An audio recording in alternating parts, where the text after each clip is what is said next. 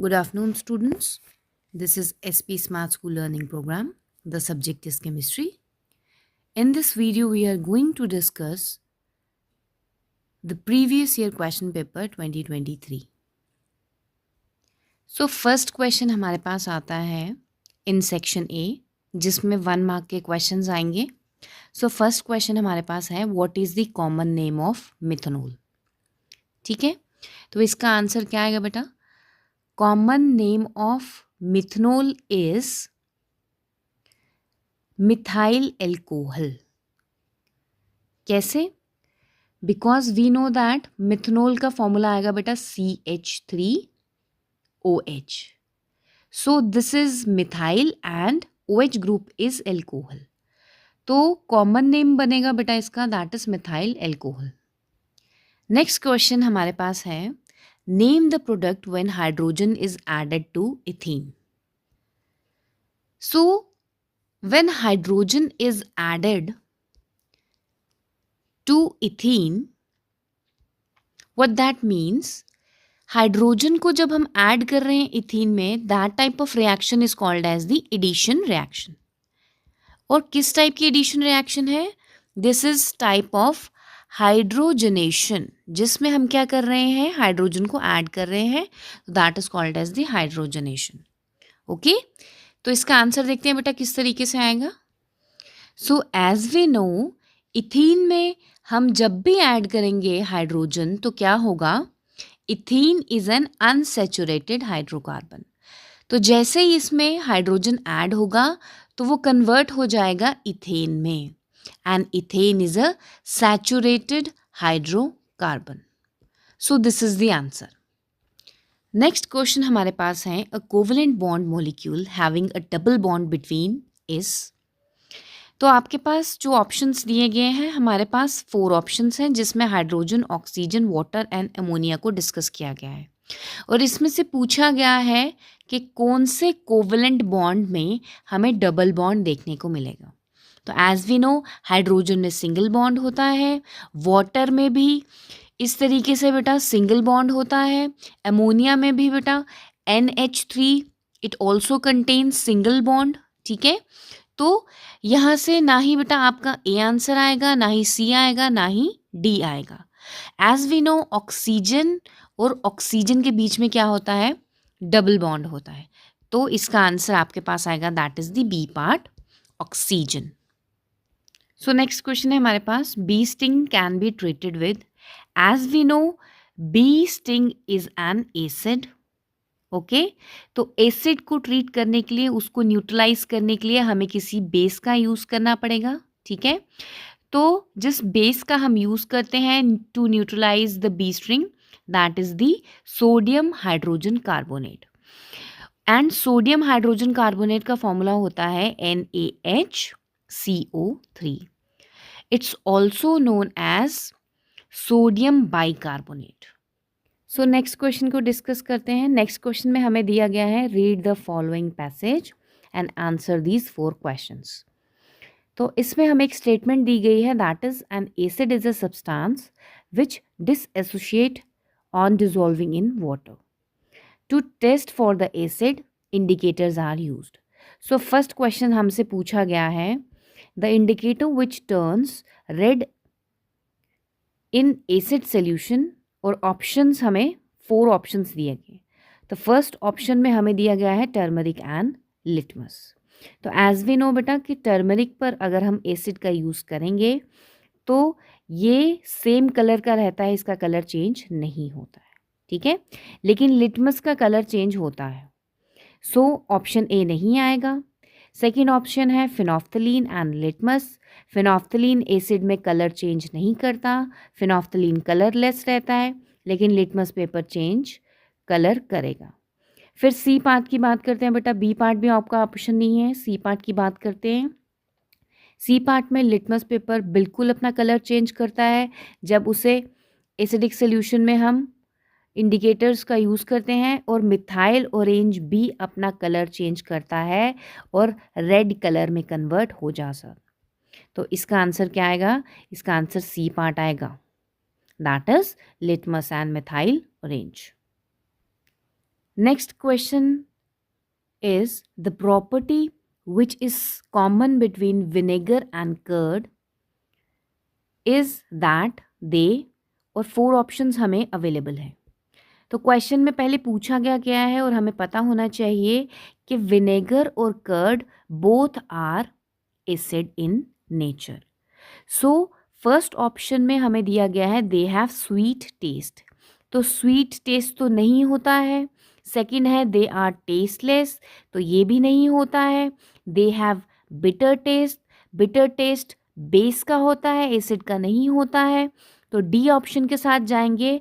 Means अगर vinegar और curd acid हैं तो एसिड की प्रॉपर्टी होती है दे हैव सोर टेस्ट. तो इसका ऑप्शन आएगा डी. नेक्स्ट पार्ट जो हमें सॉल्व करना है that is the third part. And third part में हमसे पूछा गया है the indicator which produces a pink colour in the alkaline solution is. So we have given 4 options. हमें इसको सॉल्व करना है. We all know pink colour alkenes में हमें सिर्फ एक ही सोल्यूशन देता है that is phenolphthalein. Methyl orange convert हो जाता है येलो में if we use alkenes. Turmeric powder का कलर रस्ट कलर में कन्वर्ट होता है. ओके. फिनोफ्थलीन का कलर पिंक कलर में होता है एंड लिटमस पेपर का कलर रेड से ब्लू में कन्वर्ट हो जाता है if we use alkaline solution. So इसका आंसर आएगा that is the C part. Next question what we have given is one of the following is not an organic acid. तो इनमें से हमें ऑप्शंस में से बताना है कौन सा ऑर्गेनिक एसिड नहीं है. Okay. So ethanoic acid is also a organic acid और ये विनेगर में पाया जाता है. Formic acid is also N organic acid. ये एंट या फिर बी स्टिंग में आपको देखने को मिलेगा. फिर citric acid is also an acid that is citric food में जो हमें देखने को मिलता है for example lemon. Okay. So इसका आंसर आएगा that is the D part that is the carbonic acid. So next question what we have is the property which is not shown by the acid. इनमें से कौन से option में से वो property है जो एसिड शो नहीं करते. सो फर्स्ट ऑप्शन की तरफ जाते हैं. फर्स्ट ऑप्शन में दिया गया है दे हैव सोर टेस्ट. तो बिल्कुल सोर टेस्ट होता है एसिड का. ओके. सी पार्ट की तरफ जाते हैं. सी पार्ट में दिया गया है they turn the litmus red. बिल्कुल बेटा वो टर्न करते हैं लिटमस को रेड में. डी पार्ट की तरफ देखें तो there pH is less than 7. ये बिल्कुल सही बात बोली गई है for the acid they have pH less than 7. Okay. So option B में देखा जाए तो ऑप्शन बी में दिया गया है दे फील सोपी. तो they feel soapy is the property of the base and not acid. So इसका ऑप्शन आएगा that is the B part. Now we will discuss the section B questions. तो first section B question जिसमें 2 marks में question पूछा गया है. So what do you understand by the endothermic reaction and give example. So what is an endothermic reaction? A chemical reaction in which the heat is absorbed is called as the endothermic reaction. So most of the decomposition reaction are the endothermic reaction. So इसमें example भी पूछी गई हैं तो हम इसमें example देंगे calcium carbonate को अगर हम हीट करें तो वो सब्सटेंसेस में डिवाइड होता है that is the calcium oxide and carbon dioxide is released. For example second example लेते हैं. Nitrogen when combines with oxygen and absorbs heat what we get is nitrogen monoxide. So second question हमें दिया गया है what is a corrosion and name any 2 metals which do not corrode easily. So first we will discuss what is corrosion. The rust. Now we will discuss how we can prevent corrosion or rusting. So one of the method is by painting. Second, method is by greasing or oiling. Third method is very important, that is by the galvanization, in which a layer of zinc is used. And fourth is the electroplating. So one more question is asked. इसमें पूछा गया है कि to metals के नाम बताने हैं which do not corrode easily, तो उसका आंसर आएगा that is gold and platinum, which do not corrode easily. So these are the two metals जिनको करोजन इतनी आसानी से नहीं होता है. So next question what we have for 3 marks, that is in the section C, is what is difference between a mineral and a ore. So जब भी difference की बात आएगी तो डिफरेंस हमें किस तरीके से करना है, इन द टेबल फॉर्म करना है. ठीक है. So one by one we will discuss the points. So first point is mineral किसे कहते हैं. Mineral are those natural inorganic substances that exist in the earth crust. These are called as the mineral. And the mineral from which maximum extraction of metal is done economically or conveniently, that is called as the ore.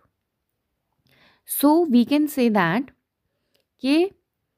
mineral has a definite crystalline structure, but ore does not have a definite crystalline structure. Third point is all minerals are not ore because all minerals cannot extract. Maximum extraction cannot be possible economically or conveniently from all the minerals. So third point is all minerals are ore. That is positively true. Now we will discuss some examples. For example, clay is the mineral of aluminium.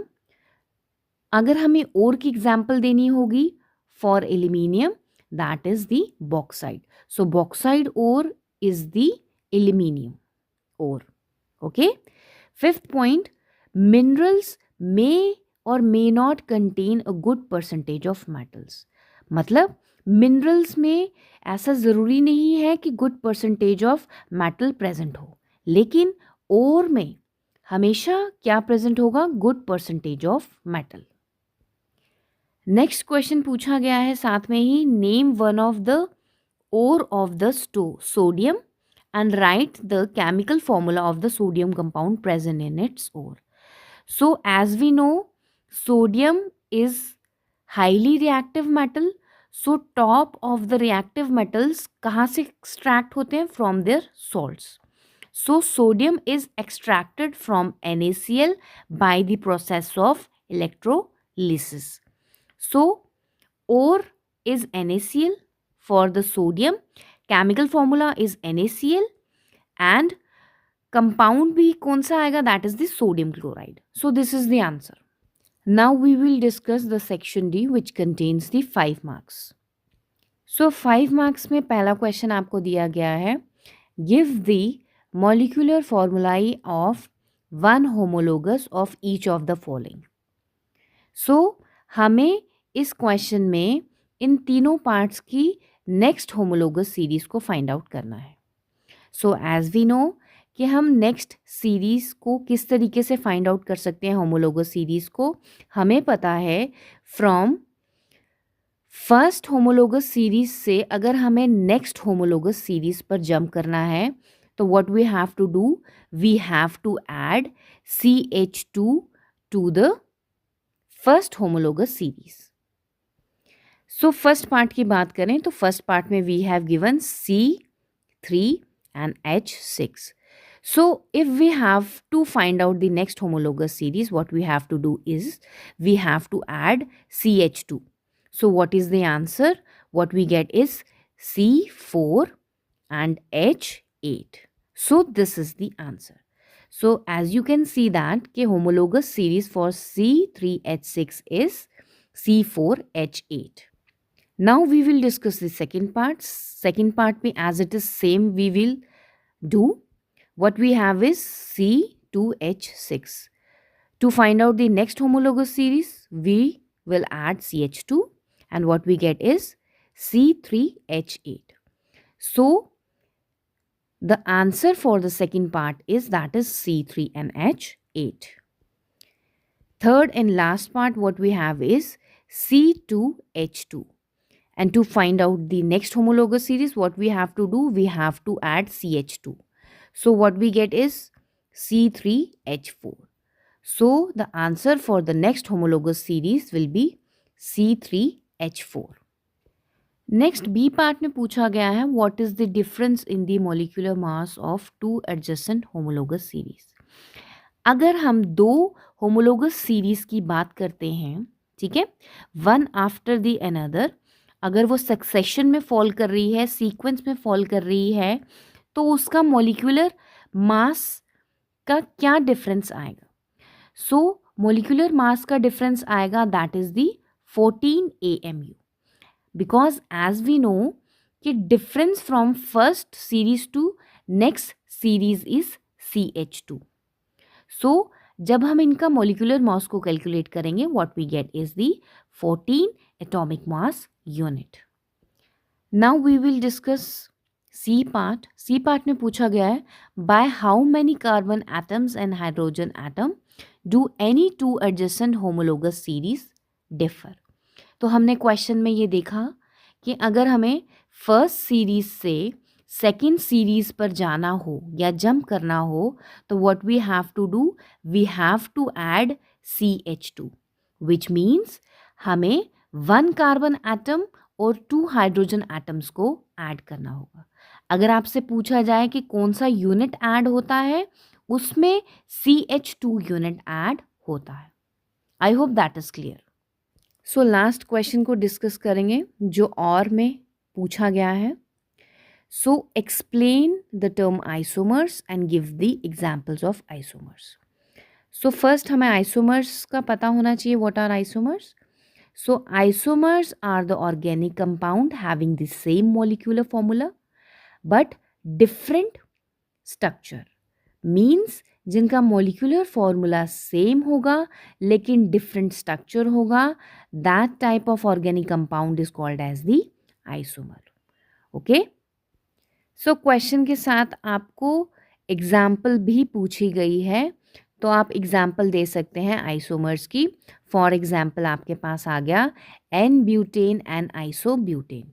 So n butane means normal butane. सबसे पहले आप normal butane का structure draw करेंगे, तो normal butane का structure आएगा बेटा 4 carbons के साथ। ओके, तो isobutane if you have to draw, तो isobutane for normal butane is this. So what is it names? Its name is 2-methyl and propane. Okay, so this is the example for the isomer. So next part में पूछा गया है आपसे कि write the following. आपको structural formula और electronic dot structure draw करना है of any isomer of C7H16 that is heptane. So heptane का आपके पास 1 आइसोमर मैंने यहाँ पर ड्रॉ किया है, जिसमें आपके पास जो आंसर बनता है that is two three dimethyl pentane. This is one of the isomer of the C7H16 that is heptane. ठीक है, आप इसमें से कोई भी ड्रॉ कर सकते हैं। स्ट्रक्चरल फॉर्मूला पूछा है तो बेटा इसमें स्ट्रक्चर ड्रॉ करना होगा, तो कोई भी हेप्टेन का आप स्ट्रक्चर आइसोमर स्ट्रक्चर ड्रॉ करेंगे। फिर सी पार्ट में पूछा गया है इलेक्ट्रॉनिक डॉट स्ट्रक्चर भी पूछा गया बेटा इसके साथ सेकंड पार्ट में। तो मैंने आपको बताया था इलेक्ट्रॉनिक डॉट स्ट्रक्चर के लिए आपको क्या करना है, एक सिंगल बॉन्ड को आपको रिप्लेस कर देना है विद 2 डॉट्स। ठीक है, तो electronic dot structure of C7H16 is given below. So C part में पूछा गया है how many isomers of the following hydrocarbons are possible. So as we know isomers किसके लिए पॉसिबल होते हैं बेटा, याद रखना है आइसोमर्स पॉसिबल होते हैं जब 4 कार्बन से ज़्यादा की हम बात करें। ठीक है, सो फर्स्ट से लेकर 3rd कार्बन के कंटेन जिनमें होगा उनके आइसोमर्स पॉसिबल नहीं है। फॉर एग्जाम्पल मीथेन, इथेन अगर आपसे पूछा जाए और प्रोपेन के बारे में आपसे पूछा जाए कि इनके आइसोमर्स पॉसिबल हैं और कितने आइसोमर पॉसिबल हैं, तो आप याद रखेंगे बेटा इसके आइसोमर्स पॉसिबल नहीं है। ओके, इसके आइसोमर्स पॉसिबल नहीं होते। सो फर्स्ट पार्ट में पूछा गया है that is C3H8, this is propane. Okay, तो प्रोपेन के लिए आपका आइसोमर पॉसिबल नहीं है। सेकंड बी पार्ट में पूछा गया है दैट इज ब्यूटेन, तो ब्यूटेन के लिए 2 isomers are possible. So third part में पूछा गया है for C5H10, so the answer is 13 and last part what we have is C6H14, so this is hexane। so hexane के लिए हमारे पास जो आइसोमर पॉसिबल है that is 5 for, so this is the answer for all the 4 questions।